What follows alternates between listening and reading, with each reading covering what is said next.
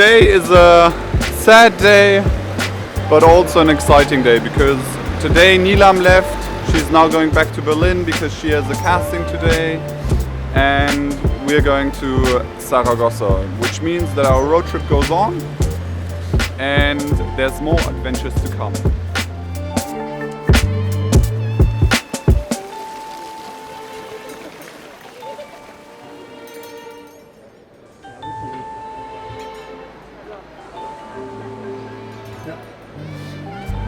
Okay, we are now on the way to the car. Thank you for all the comments on the last video, on video 16 was it? When Nilam and I went to Biarritz. And many of you guys wrote that we should include more of our daily lives, and we will try to do this over the course of the next couple of days and weeks. Now it's just logistics. We have to go to get our car because we always have to charge the car during the night so that we can, during the day, drive without losing too much time. Oh, this is really loud. And this is what we're going to do now. We are a little sad that Nilam is gone and that we have to leave Bilbao. Bilbao was really cool, especially the Guggenheim yesterday and the beach. And yeah, it was kind of the perfect day because we first saw some art, which was really interesting. Especially because I am, like Nilam, not someone who goes to the museum very often. But every time I go, I feel it enriches my life somehow, for some reason. I don't know why, but very often art, and especially if it's art like this, makes you feel a certain way, and that's what I like about it. And that's why I insisted that we need to go in there and have a look at the Guggenheim. Not only because it's world famous. Yeah. So that's everything about Bilbao. And now we get the car, pack all our luggage in the trunk, and then we're off to Zaragoza. This is our daily routine. In the morning, we go pick up the car from some random parking garage or parking spot somewhere in the city where there's a charging station. And tonight, we charge it with an AC charger. This is some technical stuff now. Basically, there's two different charging systems, three that we can use. A Schuko, it's very, very slow. Then there's an AC charger. There are two different powers or strengths that we can use, which takes about 12 hours to charge the car.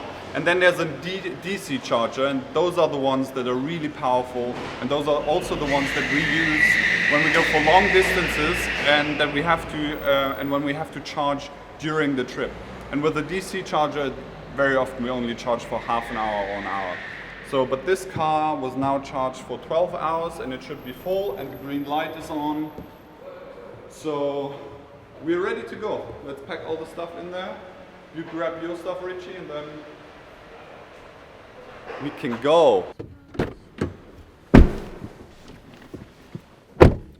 Hola, buonasera, buongiorno. What's buonasera? Buonasera is good evening, right? And it's all Italian, it's not even Spanish. I don't care. They all understand me. What happened to Esperanto? Why is no one speaking Esperanto anymore? Who even invented Esperanto? Do you know it? Some artists. Really? I think you know Esperanto. That's the language. I don't know. We have to look this up, and I will tell you later. But it's a language that the inventors of this language wanted this language to be the language of the world, so that everyone can speak in one language. But for some reason, it didn't really work out. But it would be a cool thing.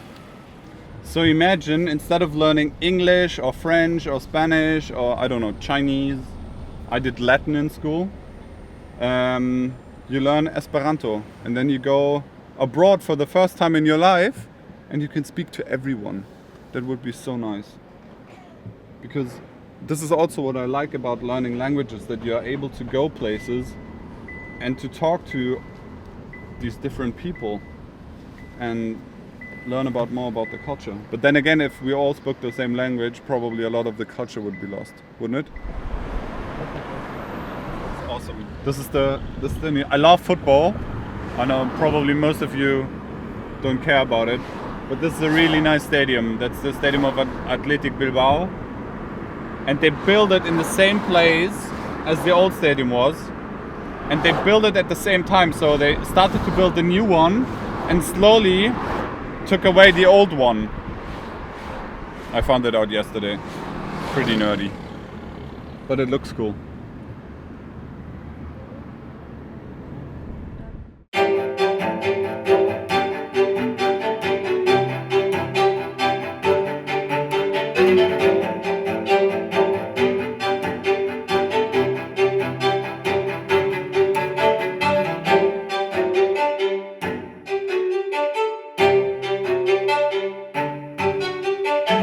So we are now in the middle between Bilbao and Zaragoza, and as we talked before about Esperanto, we now had the time to look it up on the internet. And Esperanto is a constructed international auxiliary language, meaning that people came up with the language, and Esperanto derives from a guy called Dr. Esperanto, which means the guy who hopes.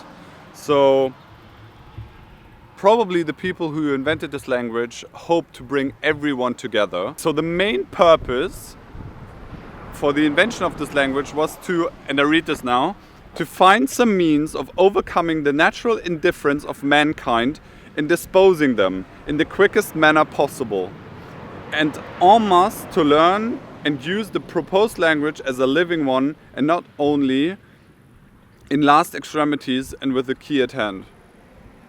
Whatever you make of that. I just take from it that they just wanted to bring the world together, and that is a good thing. Does it work? There are 1,000 to 2,000 native speakers. There's approximately 2 million people in the whole world who speak a little bit of Esperanto, and most of them live in Europe, Southeast Asia and South America. Maybe a few more decades and then it will work, but at the moment, no. I really, really love my job, because this is what it's all about, you know. We are outside, it's 36 degrees Celsius, so it's boiling hot. I have a dark, long pants, which is awesome. And the cool thing is we just went somewhere and we found this old lake, because I think it's almost gone, and I think the water used to go up until the house here, which is why it's now left alone. And it's so much fun because you fly the drone, you see the landscape. We took some really nice pictures and we're outside. So what else could there be?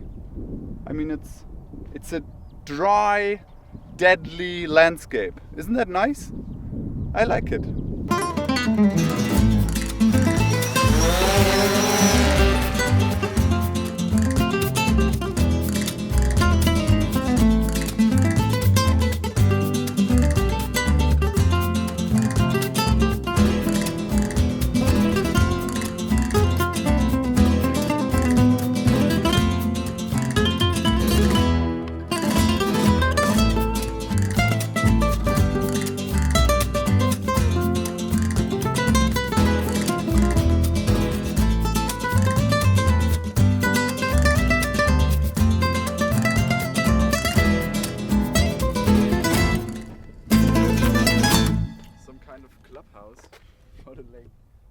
Clubhouse. There's so many tiles lying. There's glass, concrete, and there's so many tiles. And if you look over there, gasoline. If you have a look here, it looks like bathrooms. But it's really weird. And you see this tower? I think the water used to go up there. Maybe it was something like, maybe it was a control station or something. But it's all deserted. Like tiramisu? Like tiramisu.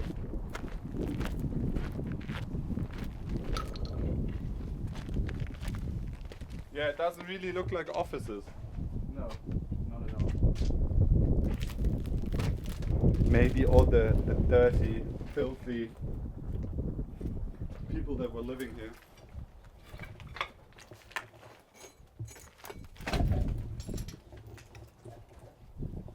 This is the perfect place to destroy something, because it's already destroyed. But this one's still. Do you want to buy a house? There's one for sale here. You just have to build a roof. But you have plenty of bathrooms. You know what's interesting? There's no garbage lying around. Usually, at least in Berlin, if you go into places like this, there's syringes, plastic bags, all kinds of plastic waste, but there's nothing here. So either they're very tidy. There's nothing here. Or Nothing. oh yeah. Something. It's crazy. Okay, let's go. Right? Yeah. Or do you want to stay in this mansion for longer? Let's go to Zaragoza. This was a super exciting day today, although it was a traveling day. But now we will go and have dinner, then edit the video, edit the photos, and then tomorrow we go to Barcelona. So, hope you stay with us.